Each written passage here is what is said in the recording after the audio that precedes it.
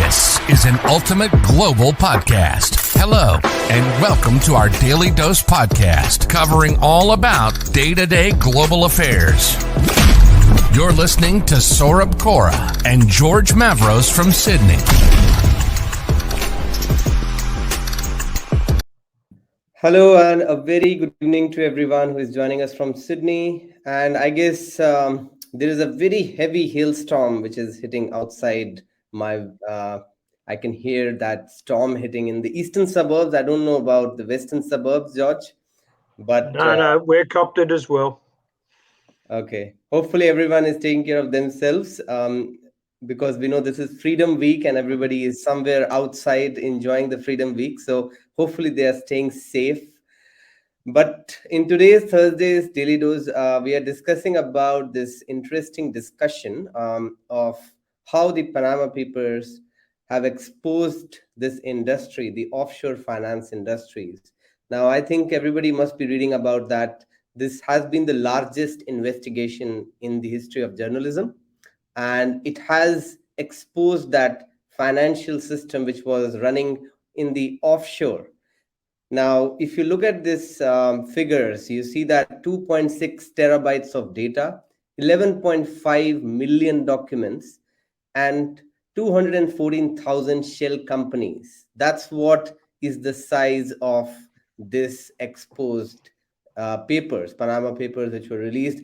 The major concern here is that a lot of top politicians and businessmen, they have been trying to evade or finding new ways of not paying their taxes, their fair shares of taxes, and that's what has been exposed through these papers. Now, if you look at the response from the company, the law company, which has been working from Panama, which says that we have been working for these clients for decades, and there has not been. It's not something which is illegal. Absolutely, that's not a problem. It's using offshore companies is legal, but the main problem here is that these kind of offshore companies, law firms, and the banks, they are not complying with the laws which make their clients, require them to involve. So if their clients are involved in tax evasion or their clients are involved in criminal enterprises, they can still get away with that without showing any proof or documents, and that's where the problem lies. What are your initial comments on this, George? Yeah, it's a bit like the law firm saying we're dealing with legal tender because it's American dollars or Australian dollars, so it's legal. Well, we're not arguing whether that part of it's legal. What we're arguing about and what we're questioning is how did you acquire the legal tender? There is a very specific discrimination between tax minimisation, which is a legal, legitimate right, and tax evasion, which is illegal. Now, so that's on a legal perspective. You have every right to try and minimise your tax, but you can't evade tax or avoid tax. Equally, you have the legal right to have an offshore company, and you have a legal right to have trust accounts and all sorts of things. But what happened to the moral ethics? Where's the morals in all of this? It's very interesting, and I know because you are very good at studying statistics and figures and that, Saurabh, you will know them far better than me. But isn't it interesting in this document, the number of political leaders that head up some of the poorest countries in the world, yet they have amassed millions, if not billions of dollars, and they're not even in their own country, they're somewhere else, right? So one would have to question the morality of that. One would have to question, how did you get so much money in such a poor country? I said tongue-in-cheek the other week that I was so impressed that the leader of Afghanistan left the country, as he said, to save the people, except he took his money with him. I didn't actually bother to have a look to see whether he has a tax haven account somewhere. So it's not just about whether it's legal; it's about whether it's moral and ethically right. And I noticed in one of the documents that I was reading, they talk about that this is threatening democracy. I don't know whether it's necessarily threatening democracy, but it's certainly got to make people think and wonder and have less trust, even more worry about what our leaders are doing. Yeah. And That's it also reduces the trust on the different institutions that you have within your own country and outside your country, in order to, because we always see these institutions as, as an institution which will really help us to question these bureaucratic leaders. Now, if we see that these kind of institutions are also involved in some sort of back end deals with these politicians or business leaders, then it diminishes the levels of trust that me as a citizen of a country might have on that institution. And that's what we have been questioning over the years. The independence of institutions somehow seem to have been going over the years. And one of the articles I was reading was related to United States. United States seems to be preaching a lot of things to the world. United States is the first country which says that this country is not following transparency, or this country is not transparent enough. What about your own self? A lot of top billionaires from United States are still able to evade taxes. We all know the names of those billionaires. We don't want to name them here because we already know the names. But what's the main point here is, why is there no accountability set for those billionaires to pay their fair share of taxes, and just demanding others who might not be even in the radar of paying taxes? We threaten those people who might not be paying $1,000 of their taxes, but we don't want to threaten people who are not paying 1 billion of their taxes, or millions of their taxes. So we are not threatening the top shelf of the criminals who are evading taxes. We are trying to look at the bottom of the shelf and see, okay, these are not paying the taxes, and we need to file case against them. I think that's a big problem, George. Yeah, and it's again, just using two examples, Kenya and Azerbaijan. Three examples, if you like, include Pakistan in that.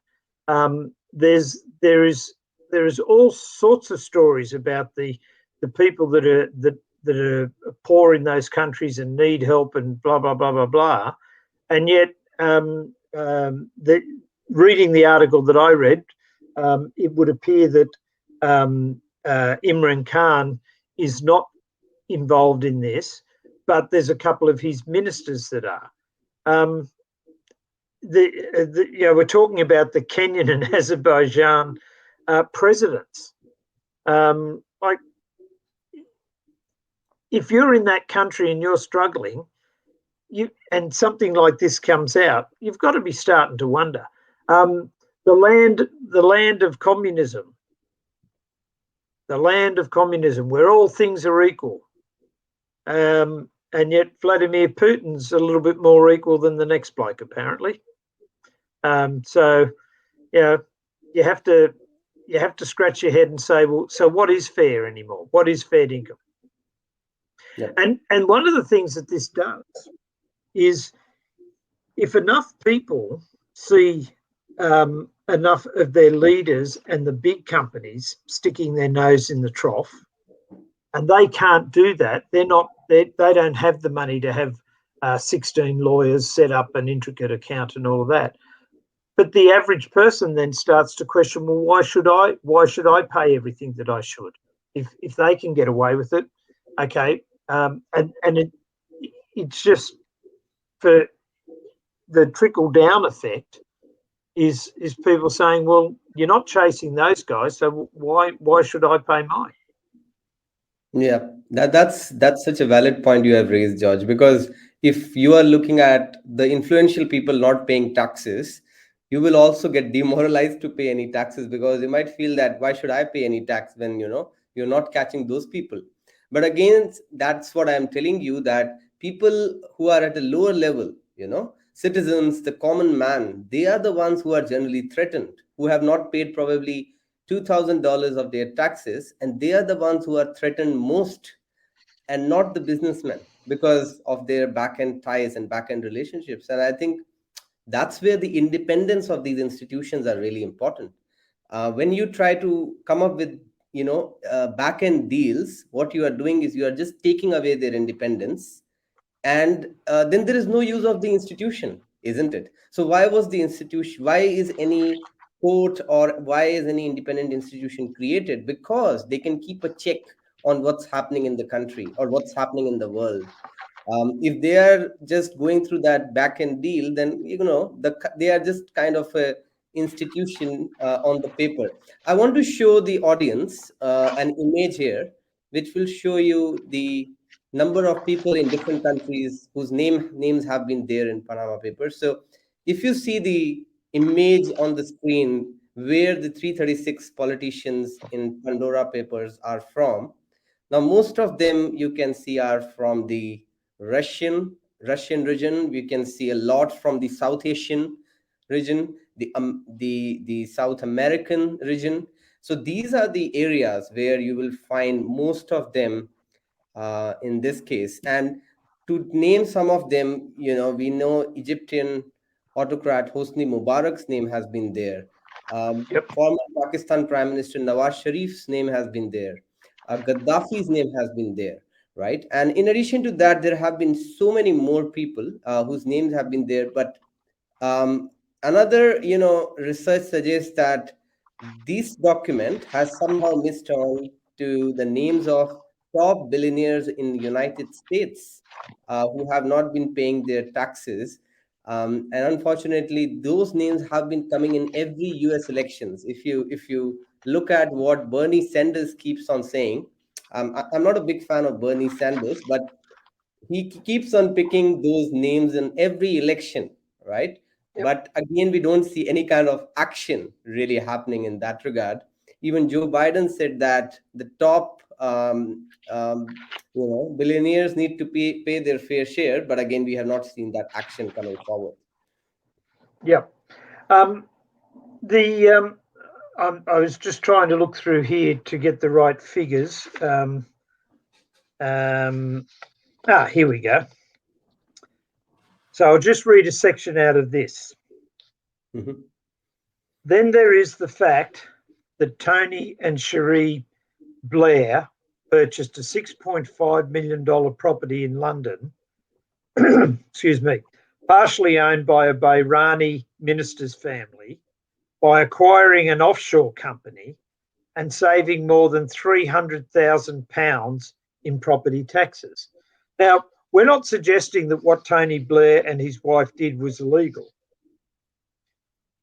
But how would you feel if you're the guy on the street in London and you're being asked to pay your property taxes and you're being asked to pay your fair share of tolls and all the other, and government after government after government says to you, we need taxes because taxes is how we keep the country running, and you find out your I don't know whether this was when he was in or out of government, but your ex or current prime minister, he saved £300,000. What's the motivation to the Joe Blow in the street?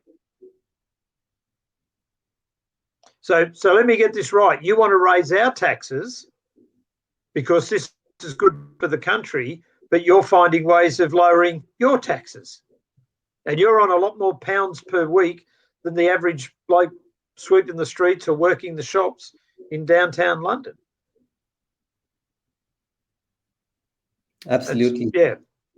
Absolutely. And I think you were talking about this fact that you have read that democracy is in danger. I think what probably I must say in that regard is when these institutions are helping these businessmen and politicians to evade taxes, it kinds of really raises a lot of questions on the authenticity and integrity of the institution, as well as raises a lot of questions as to what is going on at the back end when they are helping them to evade their taxes. And there seems to be a deep state in a lot of countries, and there seems to be a deep state in this as well, when we see that probably it is being controlled by somebody else, and there seems to be those back end dealings, and everything seems to be fixed. And that's why it might be saying the article might be saying that the democracy is in danger indirectly, because everything is fixed. That's what it suggests. Well, let's just take America in the last elections. We had Donald Trump raving, ranting, some would say hallucinating, about Biden's avoidance of tax, Biden's involvement with China, Biden's this, Biden's that. We had the Democrats, on the other hand, talking about Donald Trump's involvement with all sorts of deals left, right and centre, and he's supposed to have so many court cases in play with the tax department. And I remember reading articles that once he's out of the they have some system in America where they can't prosecute the standing president, which is pretty cool. That means you can virtually get away with anything, and they won't punish you because you're the president. Shame Richard Nixon didn't know about that. But since Trump's left, what have you heard about anybody in any authority chasing down supposedly the tax money that he's avoided? Not a word. What have we heard from anybody that anybody has traced down and tracked down to see whether Biden did or didn't get money illegally? Not a word. We hear all these accusations levelled at Putin, but what comes of it? Nothing. We hear them against you could go back to the Imelda Marcos with the 4,000 pairs of shoes or whatever it was in the Philippines, right? But whatever happened about it? Not much. And so it's sad, but I think, and you've heard me say this before, you're going to hear me say it many, many times again. Until the general people in each and every country understand that we are the voice, we're the ones that have got to do something about it, it's not going to change. Because I can tell you in Australia, Gladys Berejiklian has resigned over questions about whether she's done something wrong. I'm not saying that she has or she hasn't, but I can tell you at least half the people I've spoken to about that say, well, what does it matter? The other side does it too. If you speak to people, when I travel to Greece, I talk to the average person. Many a person in Greece said, unless you get rid of every politician in Greece, it's not going to change because one's as bad as the other. If we went to the Middle East, they'll say the same thing. If you go to Russia, they'll say the same thing. So people have almost got to a stage where they put their arm up and they say, well, they're all doing it. So until the general population demands more in any and every country, you're not going to get it. And that's just the not problem. Going to get it. We can talk about this, Saurabh.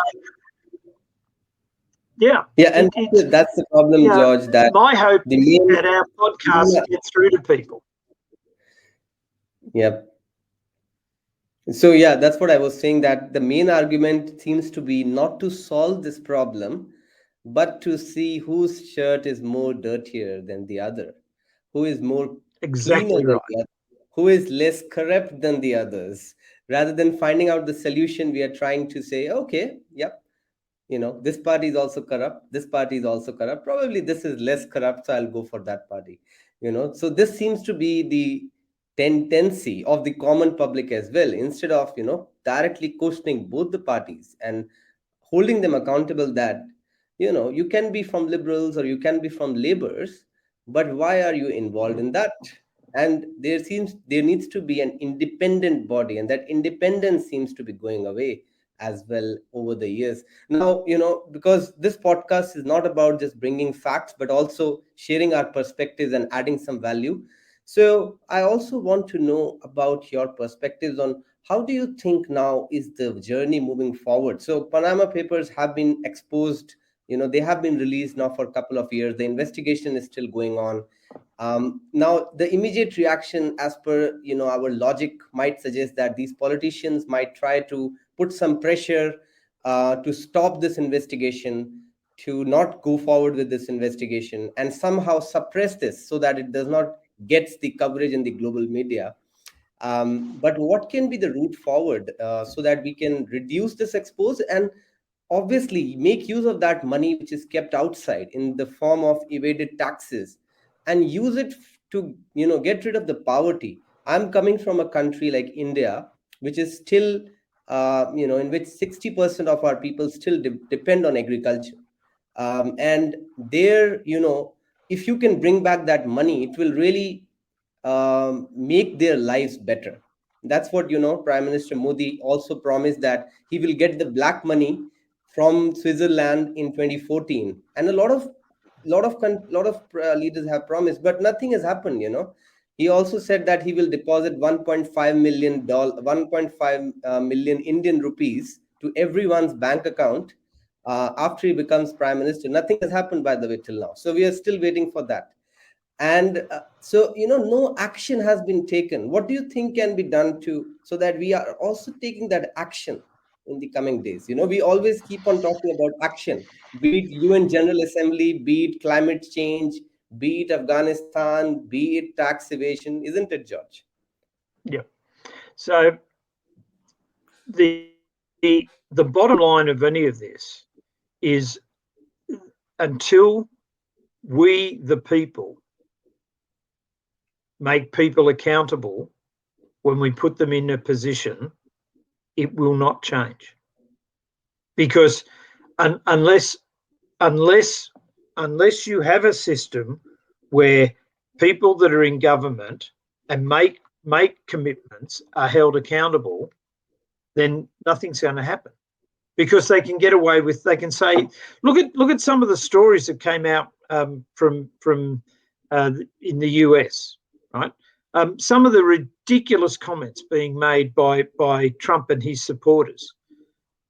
At worst, somebody might get fined, a couple of $1 million, and somebody in the background that supports him will pay that bill. Look what happened to Trump with his supporters, right? But if, whilst ever political leaders know that they can, the worst thing that's going to happen is if I really do a bad enough job, I'll get voted out. That's about all. How many people? I was delighted to see a couple of New South Wales politicians put in jail over the last few years, because it actually looked like we were doing something, and it actually looked like they were fair dinkum. The first level of accusation from Labor on Liberal towards Berejiklian's issue with her secret boyfriend was for Berejiklian to get up and say, well, you had Eddie Obeid and somebody else. That gets back to schoolyard mentality. But nobody called her out on it. The people, go and have a look at this latest situation with ICAC in Australia, right? With our premier, most of the people have said, "Oh, it's not right to be picking on her. She did a good job over there." But that's not. And this again, people. The only way you're going to move forward is when enough people say enough is enough, and there's going to be something put in place. And I have to say, I've been waiting for that for a long, long time, and I haven't seen it change terribly much, sadly. And unfortunately, whenever any politician says that, I have done this, but what about the other side? What about the other party? They are more corrupt than me. The only question I have to ask them, that whenever you are in a class, whenever we go to any school, we teach our kids that you need to compete with people who are at the top. You don't have to compete with people who are at the bottom, who have failed in the class.